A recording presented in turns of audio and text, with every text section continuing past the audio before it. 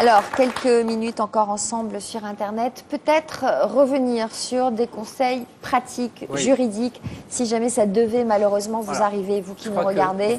Vraiment, ce qui est indispensable, c'est de immédiatement saisir la justice et non pas aller à la gendarmerie, encore une fois, ou au commissariat, parce qu'ils ne peuvent rien faire en l'état, comme l'a fort justement dit Alexandrine. Tant qu'il n'y a pas de procédure engagée entre les parents, ils ont autant le droit l'un que l'autre d'avoir leurs enfants avec eux. Donc ils sont coincés. Il faut saisir immédiatement la justice, faire consacrer son propre droit à avoir ses enfants. C'est ce que tous ont fait d'ailleurs, hein, Jérôme compris. Et je pense qu'ensuite, il faut effectivement utiliser ou le 116 000 ou le ministère des Relations extérieures, qui a une cellule spécifique pour ça. Ce sont des gens qui... Vous imaginez leurs interlocuteurs en état de panique, etc. Ce sont des gens qui font preuve d'une grande patience et qui essayent vraiment de faire tout ce qu'ils peuvent. Mais encore une fois, toutes les meilleures volontés du monde, elles s'arrêtent à l'inertie d'un pays qui ne veut pas en entendre parler ou qui met des bâtons dans les roues.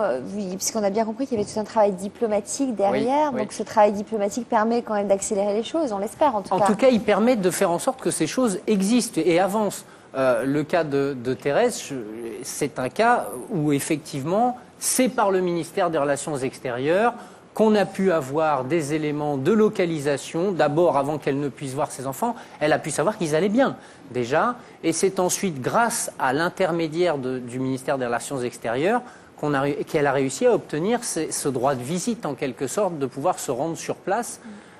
Mais bon... L'histoire de Thérèse, on pourrait en faire un livre, tellement elle est incroyable, son histoire, parce que elle a été très pudique, mais elle est allée jusqu'à lui dire on se remet ensemble, il n'y a pas de problème, tu viens en France, je t'aime toujours, etc. Enfin, elle a été au-delà du machiavélisme de cet homme qui était pourtant extrêmement important. Et il y aurait accepté? Ah, mais il était revenu pour ça. Oui. Il était revenu pour ça. Oui. Thérèse.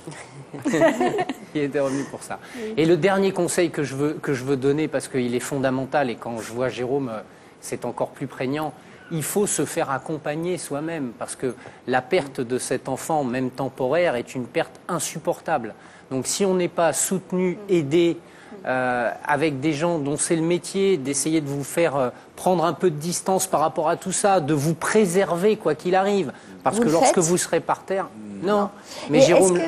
Est-ce qu'il y a des... Enfin, c'est plus fréquemment des mères qui enlèvent leurs enfants ou des pères? C'est à peu près... je ne veux pas faire de sexisme, mais c'est vrai que statistiquement, c'est plus les pères qui s'en vont. Victimes? Non, les pères qui s'en vont avec les enfants. Le cas de Jérôme est plus rare. Et en général, ce sont des pères d'origine étrangère qui partent avec les enfants? Mais de toute façon, les soucis qu'on a là, en fait, ce sont des soucis très spécifiques sur des couples binationaux. Et c'est pour ça que souvent, il y a même cette espèce... Mais ça peut exister aussi bien sûr, dans la preuve. Jérôme est une preuve vivante que ça existe évidemment de l'autre côté. Mais c'est...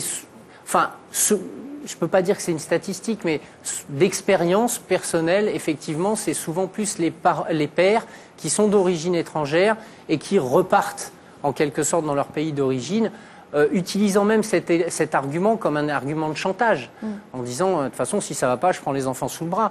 Le cas de Thérèse, il faut quand même savoir que Thérèse avait obtenu du juge aux affaires familiales l'interdiction de sortie de ses enfants du territoire national. Il a pris sa voiture, il est passé jusqu'au sud de l'Italie, il a pris un bateau, personne ne lui a rien demandé, il est arrivé en Égypte. Donc on peut prendre toutes les mesures de précaution possibles et imaginables, on n'est pas nécessairement à l'abri. Donc vraiment, il faut se faire accompagner, il faut se faire aider dans ces situations, parce que sinon, une fois que vous serez par terre, Jérôme, vous ne pourrez plus aider personne. Donc il faut vraiment pouvoir se donner la force de tenir le coup jusqu'au bout, et ce combat, il risque d'être long, et il faut aller jusqu'au bout pour pouvoir le gagner. Bon courage. Merci. Donnez-nous de vos nouvelles. Merci à tous.